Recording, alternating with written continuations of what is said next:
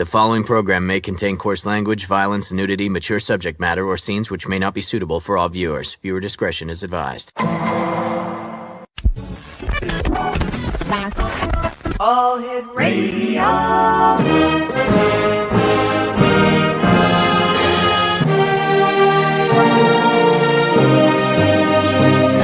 Welcome to the X Zone, a place where fact is fiction and fiction is reality. Now, here's your host, Rob McConnell. And welcome, everyone, to the X Zone. I am Rob McConnell. We're coming to you from our broadcast center and studios in St. Catharines, Ontario, Canada.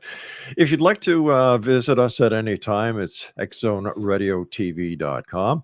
And for the X Zone Broadcast Network, xzbn.net. We're coming to you on the Talkstar Radio Network, Mutual Broadcast Network, X Zone Broadcast Network, and on Channel 32 on Simul TV at www.simultv.com.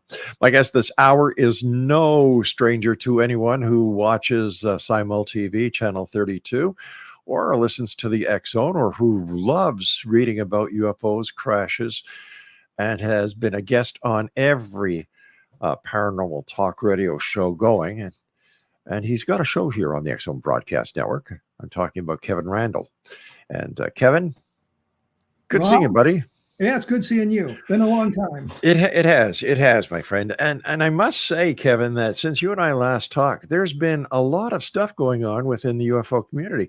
This guy, David Grusch, for example, a whistleblower. What do you make about him?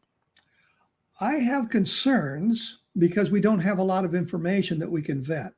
Mm-hmm. He talks about that he had met with a number of people or heard stories from a number of people that he trusts about crash retrievals. He talks about possible documentation. He talks about all kinds of things like that, but he presents us with nothing we can check. We don't get names. We don't get locations. We don't get dates.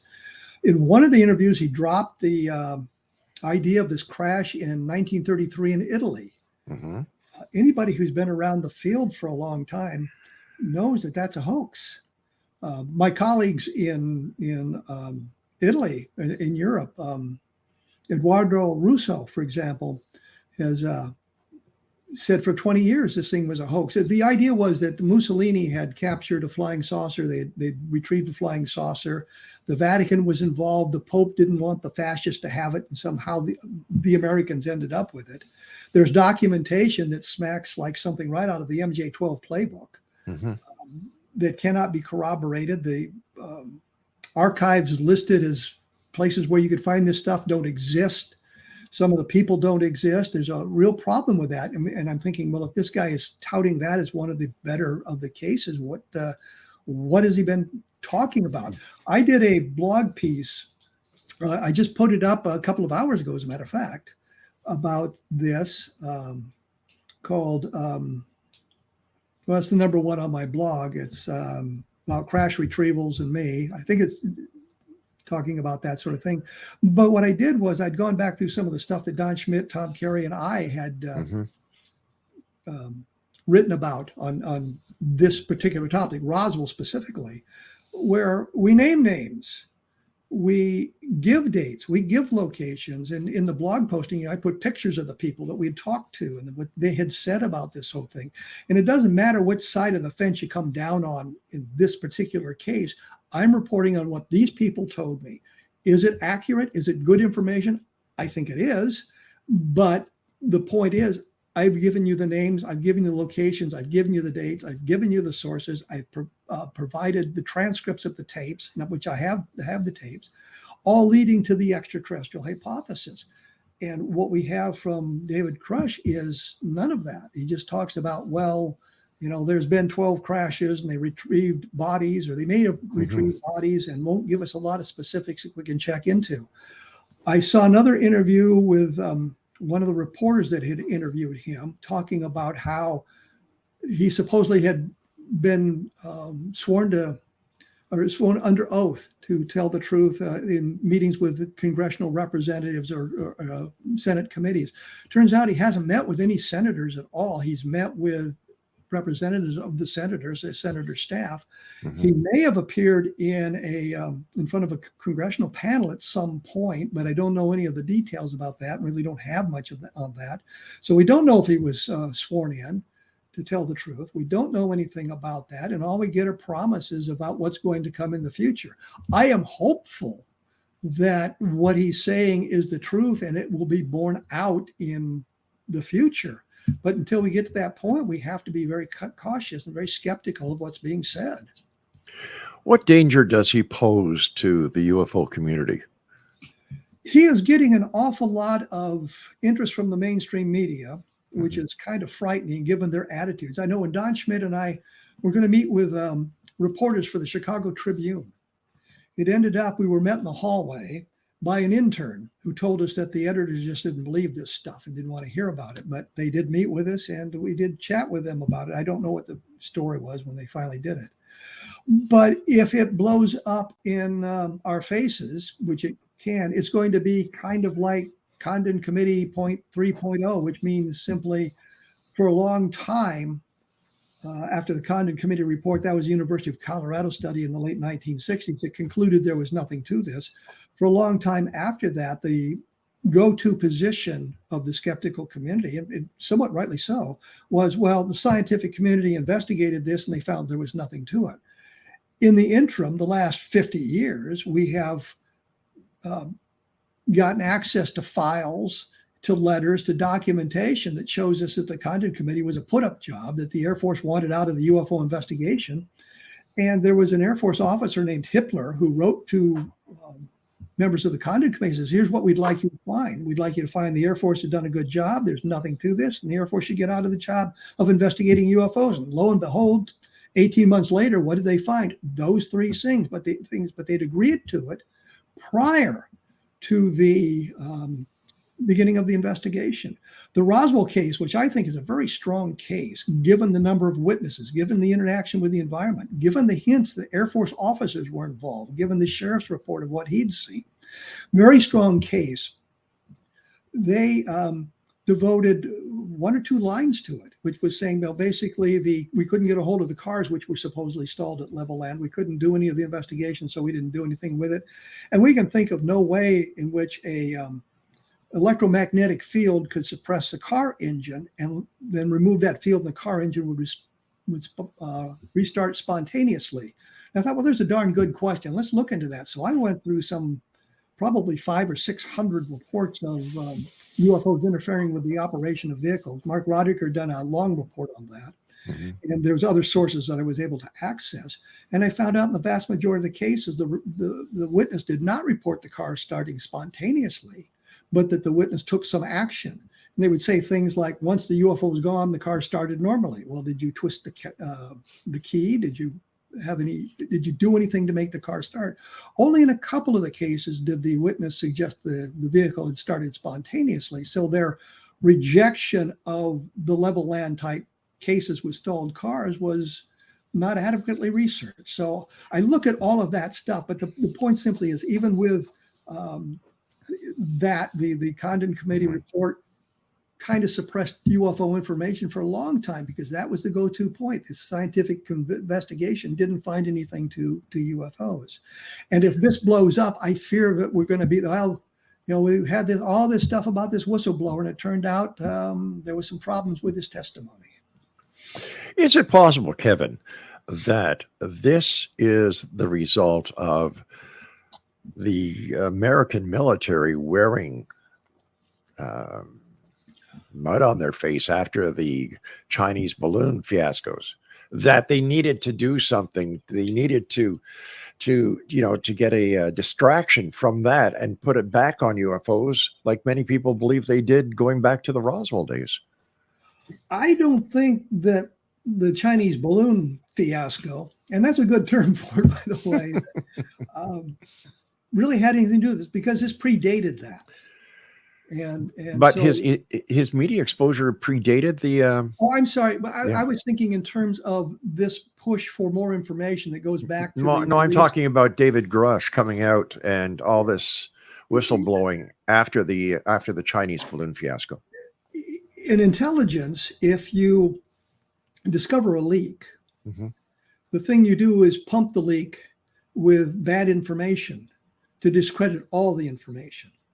And that might be the case here. Well, the leak is the Chinese balloon fiasco, and we pump this information out there. Now everybody's distracted talking about UFOs, or as they insist on calling them, UAPs.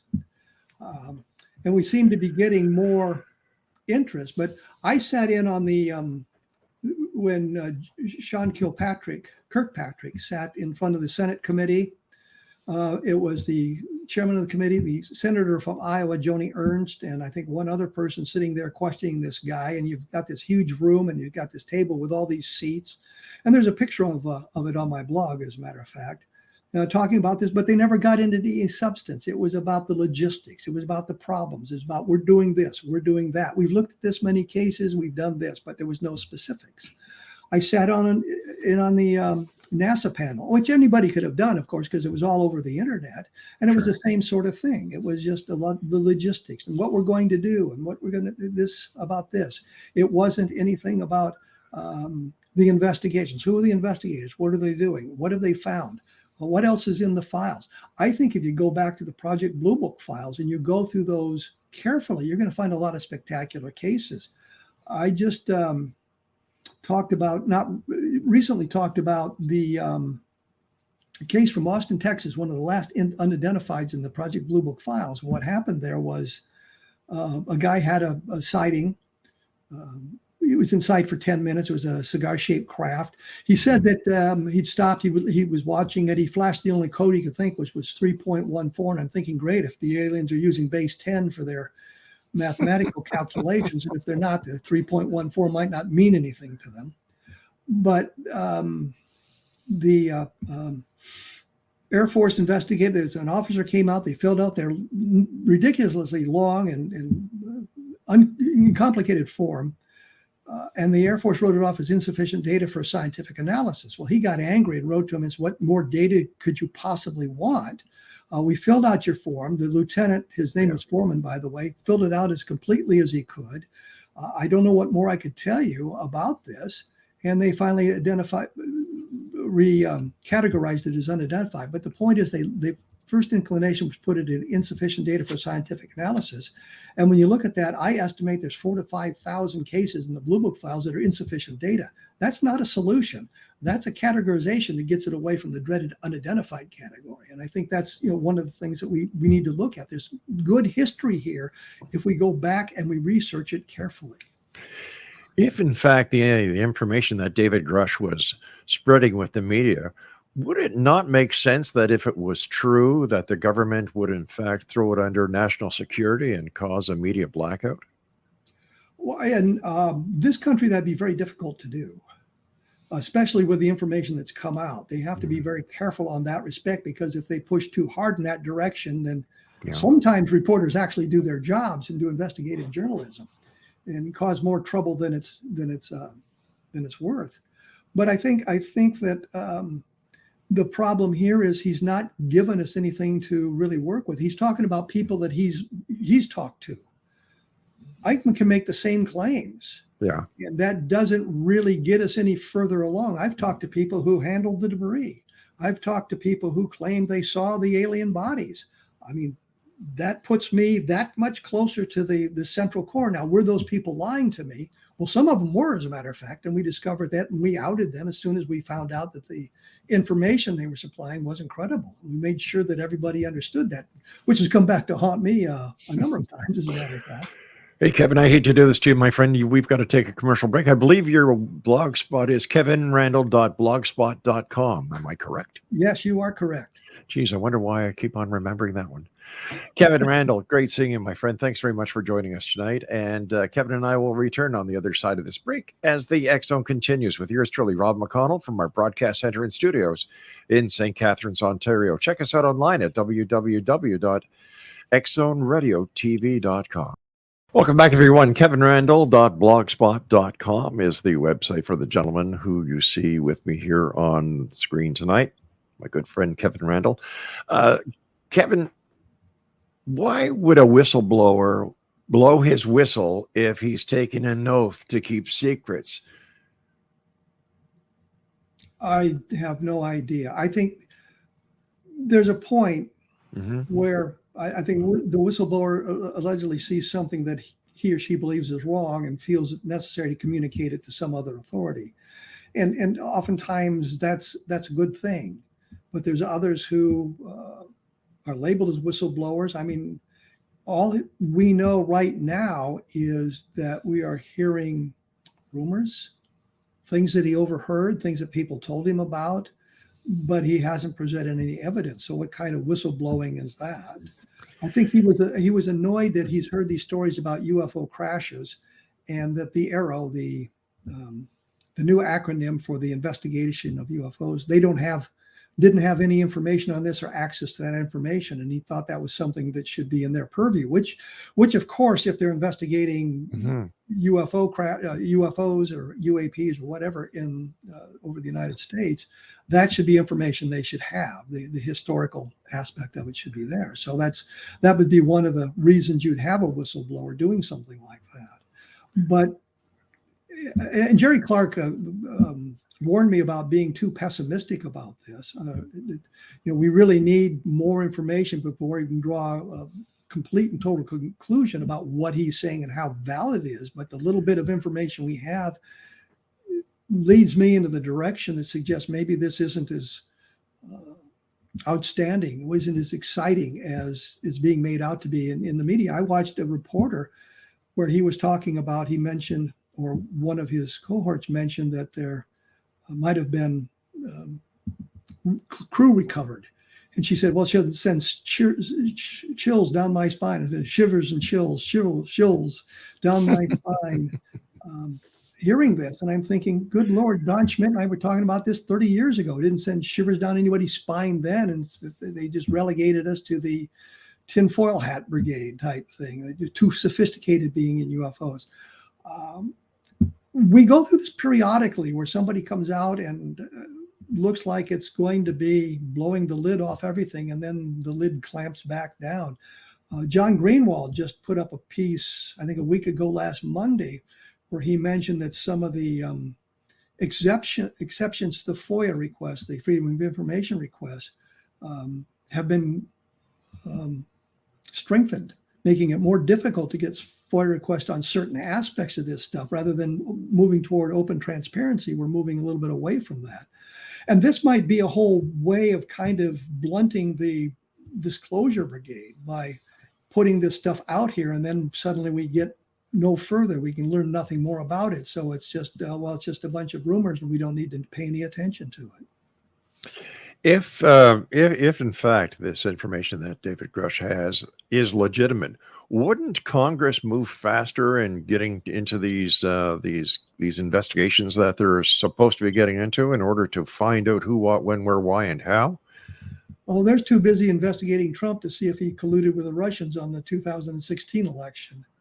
I mean, we're still getting information on that. Now that we've got all these other diversions as well. And the other thing I would suggest that some of these investigations that Congress and the Senate are supposedly engaging in are critical to the functioning of this country.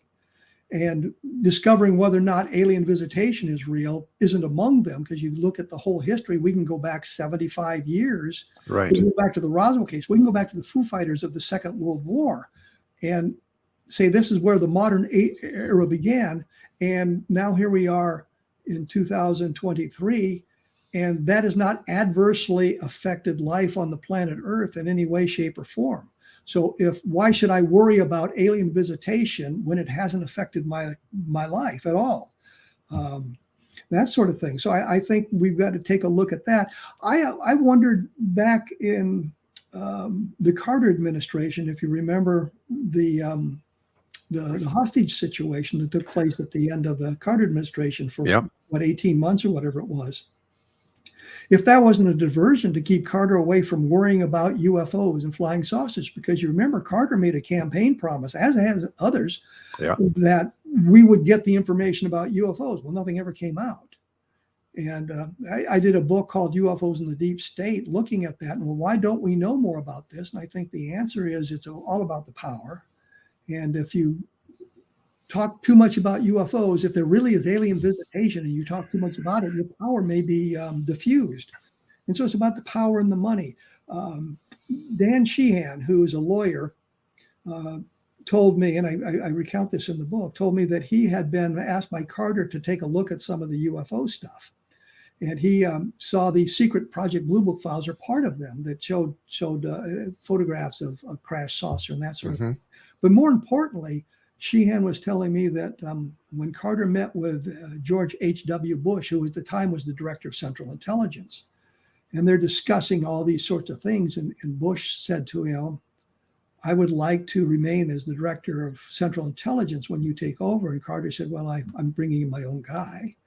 And then the topic moved to UFOs, and Carter asked him something about UFOs. And he said, well, I can't tell you about that. It's highly classified. You're not the president yet. Here's the guy who's going to become president. And the director of Central Intelligence said, well, I'm not going to discuss that with you. And I think the other dodge they use is, well, gee, Mr. President, there are all sorts of agencies involved in this investigation. And what we have to take a look at, we have to pull all this information together, and we'll get you a comprehensive report. And somehow that report never gets to them. And that's what we've been seeing for the last, 2.5 years. We're going to investigate this. We've created how many offices to investigate? We're going to have congressional hearings, or we've had how many of those? And we've gotten absolutely nothing. If Carter asked Bush about the UFO question, and Bush said, well, no, too bad you're not president yet. Why didn't the person that President Carter installed as the director of the CIA find out the information that the president wanted and report back to the president? Like, to me, that seems like a no-brainer. Well, I think what happened is once Carter took over president, you've got to realize it's going to be a horrendous job to move into, and UFOs will be moving down the list of priorities, of course. And I think, like I said, I think if he asked, I would like to know about these UFOs, and the answer is, you've got to remember that the appointees at the top, the very top of the various agencies or organizations, are government or presidential appointees. But the next level are bureaucrats that go from administration to administration to administration. And there's where some of the real power resides. And so when you ask that sort of question, the new director would probably say, what can you tell me about these UFOs? And it's the same thing. We've got to pull all this information together, and we'll get it for you. And somehow that information never gets pulled together. Something diverts that attention. Something happens. And that was why I mentioned the hostage crisis. That diverted his attention for a long time. Other presidents had no interest in this sort of thing. I don't think George W. Bush cared. I don't think Donald Trump cared about flying saucers or UFOs. So I think that's the other part of the problem. The new president, I guess we could say we kind of overthrow our government every 4 years or 8 years, depending on the elections. But we keep replacing our government that way. And what is a priority for one government certainly isn't a priority for the next government. I mean, look at the things that Biden has done that were a priority for the Trump administration, and he countered a lot of that stuff. So we kind of overthrow our government every 4 years. So that's the way this stuff gets buried. Plus, we had the idea. I'd done a science fiction story or a horror story where there's a real live, honest to goodness vampire. Probably should say a real dead vampire, and the person who's discovered the identity says, well, I'm going to tell the public about you. And the vampire says, go ahead. Nobody will believe you anyway. And I think that's kind of where we are on UFOs. Well, go ahead and tell them. I was going to believe you anyway. They say, well, this stuff would have leaked out if it had been done. It's been leaking with us, Don Schmidt, my investigation has been leaking for 30 years, and nothing gets done because the journalists and everybody's too sophisticated to believe in flying saucers. But is it also possible, Kevin, that the number of woo-woos that are out there who make all these fantastic claims that cannot be substantiated, like there was somebody on another show that our network does, where they were saying there's over 85 different types of aliens that are visiting us on this planet, that are residing with us. Ladies are getting fetuses taken out of their wombs, and later on they're beamed up to a mothership where they interact with their child. There's so many questions, and how do these people who make these wild claims, how do they fit into the grand scheme of how John Q. Public starts looking at the UFO community? There seems to be no consistency. And if these were real events, would there not be more consistency with the reportings as well as the sightings and the type of saucers or the type of craft? Like, it seems that they're all over the board. That's one of the big problems, and we have to separate the wheat from the chaff. That's the problem we all run into. We've got all the people out there telling these stories. John Mack said at one time, being an abductee is not a club you'd want to join. And I'm thinking it's absolutely a club these people want to join, because it gives them a sense of community. It gives them a sense of brotherhood. I am abductee, and these are all my friends who are abductees, and we bond over that sort of thing. So it's truly a club. We have the researchers like John Mack and Bud Hopkins, who I think, to be fair to them, were unconsciously impressing their abductees with their own research conclusions. And John Mack actually said a number of times that he was struck by the idea that the abductees seemed to find the researcher whose research validates their experience. John Mack got the aliens with an Eastern philosophy, and Bud Hopkins got the cold calculating scientist, and David Jacobs, I'm going to say David Temple, he taught at Temple University. David Jacobs got the hybrids with the idea of invading the earth, and it was they get their own thing. And you take a look at their transcripts, and you can see, if you're looking for it, you can see the subtle influence the researcher, the operator, the hypnotist exerts on the people. So we have that problem to deal with. So you have to take a look at all of that. But and that's what I'm saying. We had I think the electromagnetic effects might be a good way to go with this. There's a lot of consistency inside those reports, but it's a small part of the overall UFO community. But we take a look at what happens with those people, and then we have to deal with people who are just making it up to get their names in the newspaper. And sometimes their stories are spectacular, and they want to, or they've influenced the direction of research for a long time. We had to deal with the MJ12 documents that I'm absolutely convinced the researcher. In fact, I know that the person who released it, Bill Moore, had said to a number of different people he was thinking of creating a Roswell-like document because he'd run into a brick wall in his investigation. He thought if there was these documents out there that people who'd been involved at Roswell might be more talkative about what they had seen. I wasn't going to say reticent to talk. That's what they tried to break through. But the documents, he hinted about creating a document. Lo and behold, a few months later, 18 months later, he's got the MJ12 documents, and that diverted his research for a long time. I think the majority of the UFO population community now understands that the MJ12 documents are a hoax, but I still get arguments from people about those sorts of things. And or arguments about the Aztec case, or did you think about this? Did you think about that? You just had a Canadian minister send a letter to the Canadian government about, you've got to look at this stuff seriously, because you want to get caught up in the mystique of with the United States. It was a big deal a couple of weeks ago. And he referenced this 1950 stuff. And I'm thinking that could be Wilbur Smith. Yes. And Robert Saubacher. Yeah.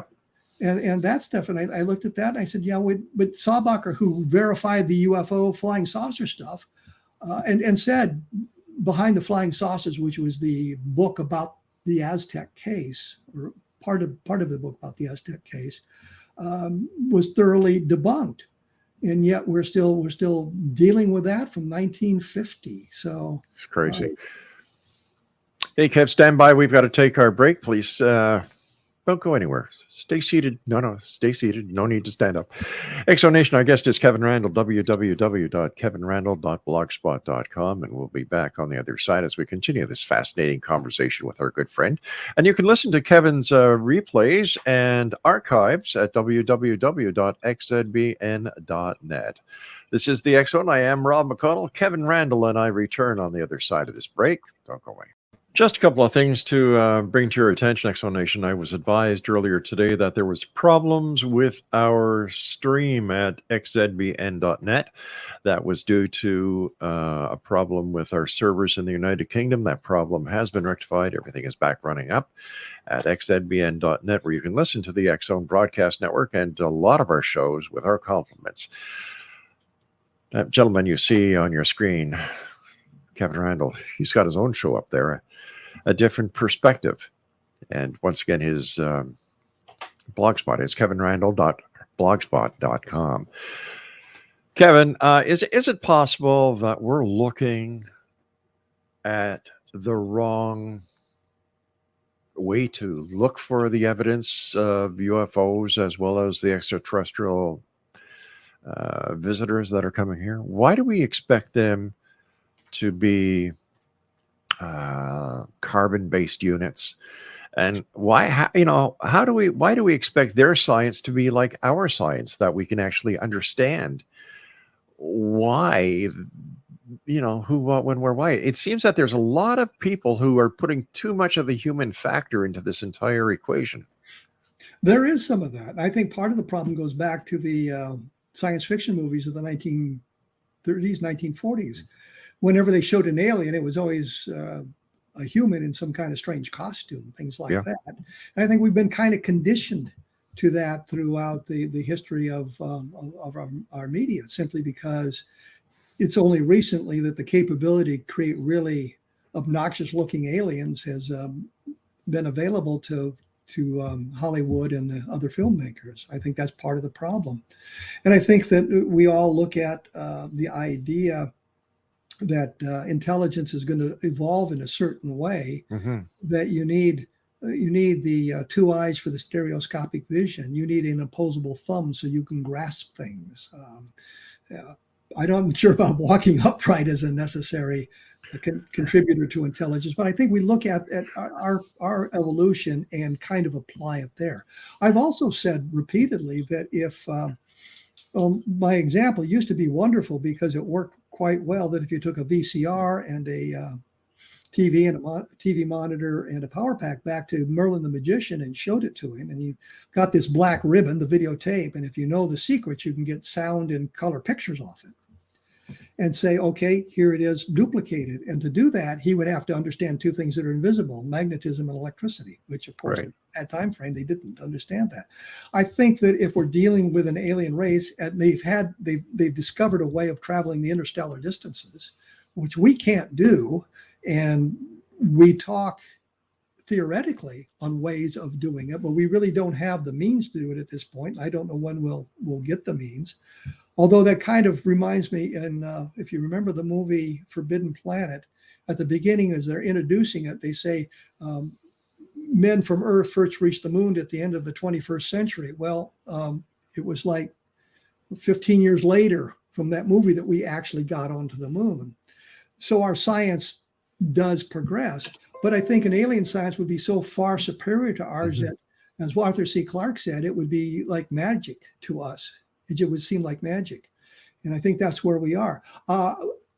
There's as I said, I think there's discussions about parallel evolution, that the similar conditions on planets would give rise to intelligence that would have some of the attributes that we have.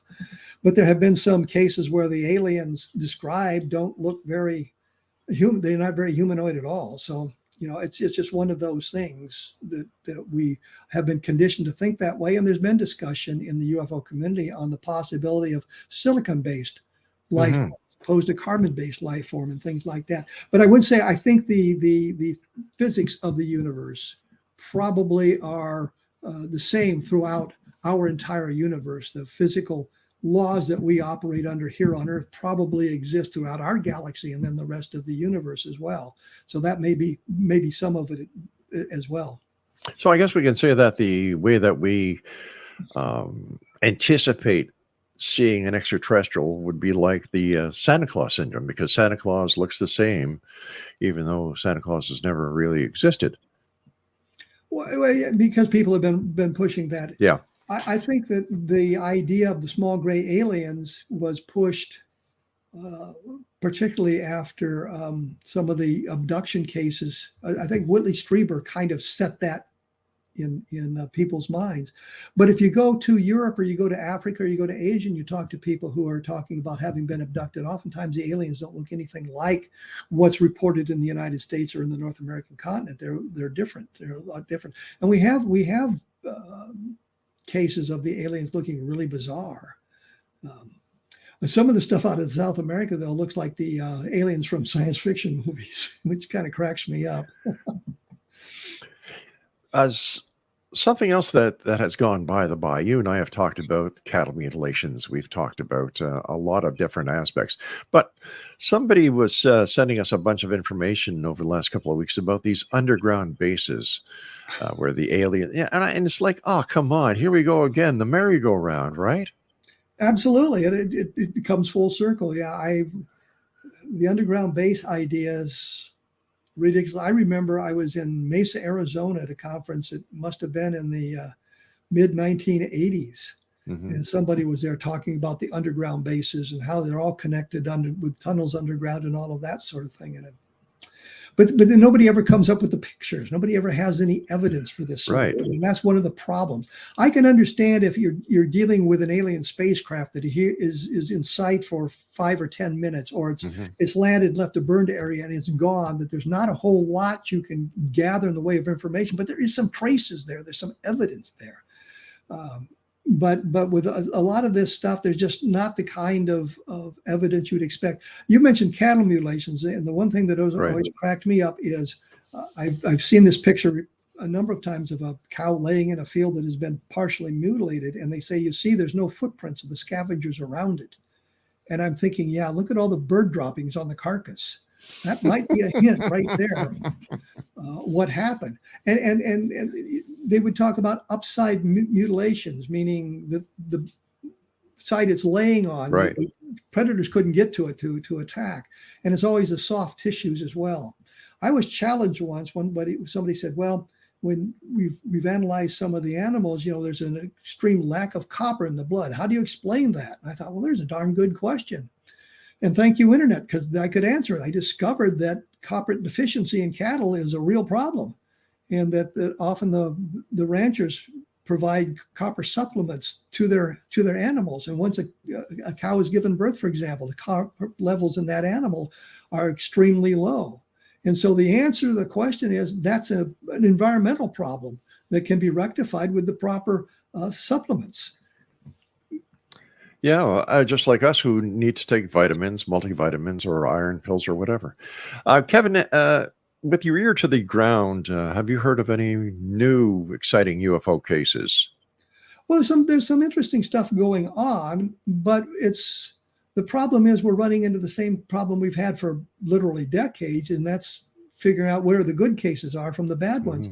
Fran Ridge does something called MADAR, which is a multi-detector for looking for anomalous spikes in the environment, and then try to match those to UFO sightings. Somebody has a UFO sighting at a certain time in a certain location. They look at the MADAR center around that and see if there are some changes in the electromagnetic activity, for example. And there have been some interesting correlations with the MADAR information where they would, somebody will have a sighting and there'll be a corresponding spike in the electromagnetic and some of the other stuff, and the compass spins, suggesting, of course, the electromagnetic. So there's some very interesting things going on with that, but the sightings aren't really spectacular. It's not aliens running around loose or landing or anything like that. It's just that somebody saw something in the distance and then there was a spike at the node center. And there's been a couple of cases in which the node centers were close enough that they could get some kind of readings from 2 or 3 different node centers.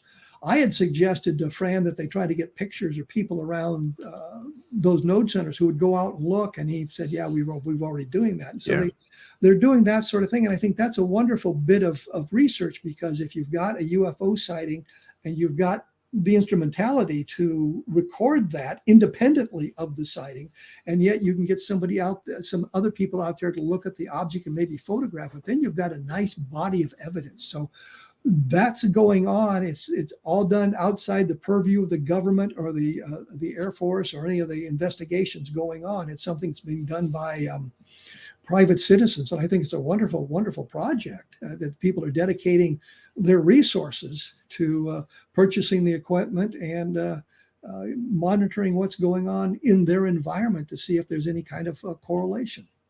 What is your take on NASA apparently showing a greater interest in the UFO UAP phenomenon? Well, I sat there and sat through most of their presentations, and there just wasn't much there at all. It's the same sort of thing. Well, we're going to do this and we're going to do that, and we're partnering with these people to gather this sort of data. Right. But I think in the long run, what happens is the public interest in this wanes, and suddenly it just drops out of sight. The Air Force investigated UFOs for 22 years, and you can see spikes in the interest where they were really trying hard. The Ruppelt years, for example, in the 1951, 52, into 53, where he was gathering the data and they were doing legitimate investigations and all of that sort of thing.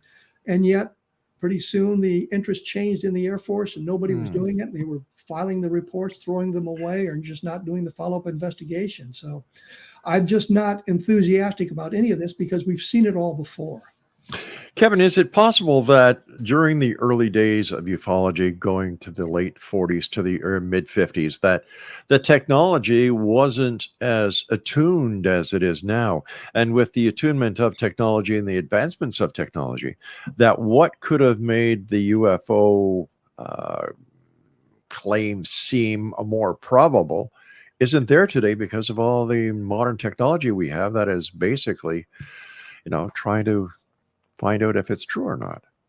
I'd take it a step further, and I think that part of the problem we had in the 1940s and early 50s is the sophistication of the witnesses.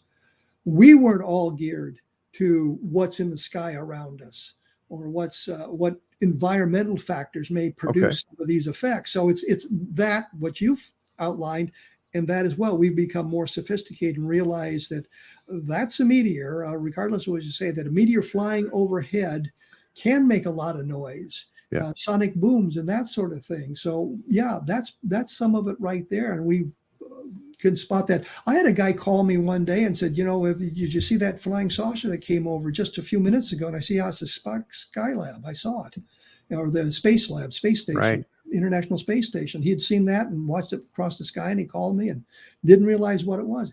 Anytime Venus is near the moon, people are thinking that here's a spacecraft, or when Venus is at its closest and brightest, people are sometimes fooled by it, even today, but not so much today as it was in the past.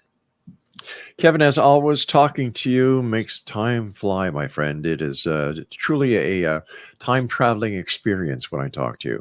First of all, thank you so much for coming on the show, my friend. And we all look forward. Now, I'm talking about everybody listening to the X Zone Broadcast Network and watching us on Simul TV. We all can't wait until you start your show again because you, my friend, are loved. Thank you very much, Rob. I appreciate the kind words. The nice part about kind words is they're always the truth. Thank you. And in that case, people go out and buy my book so I can earn my 25 cents royalty on each sale.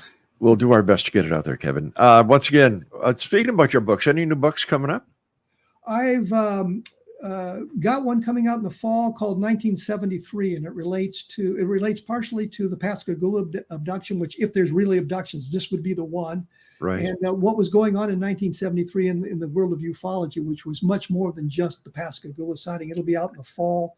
I've done a couple of other books. The Best of Project Blue book. I did the Levelland book, Understanding Roswell, which is a different kind of take on the Roswell case. So just go to Amazon.com and you can find a whole list of the books under Kevin Randle. And if you're interested in the Vietnam War, look for Eric Helm, because I wrote a bunch of action adventure books about not my experiences, but the Vietnam War.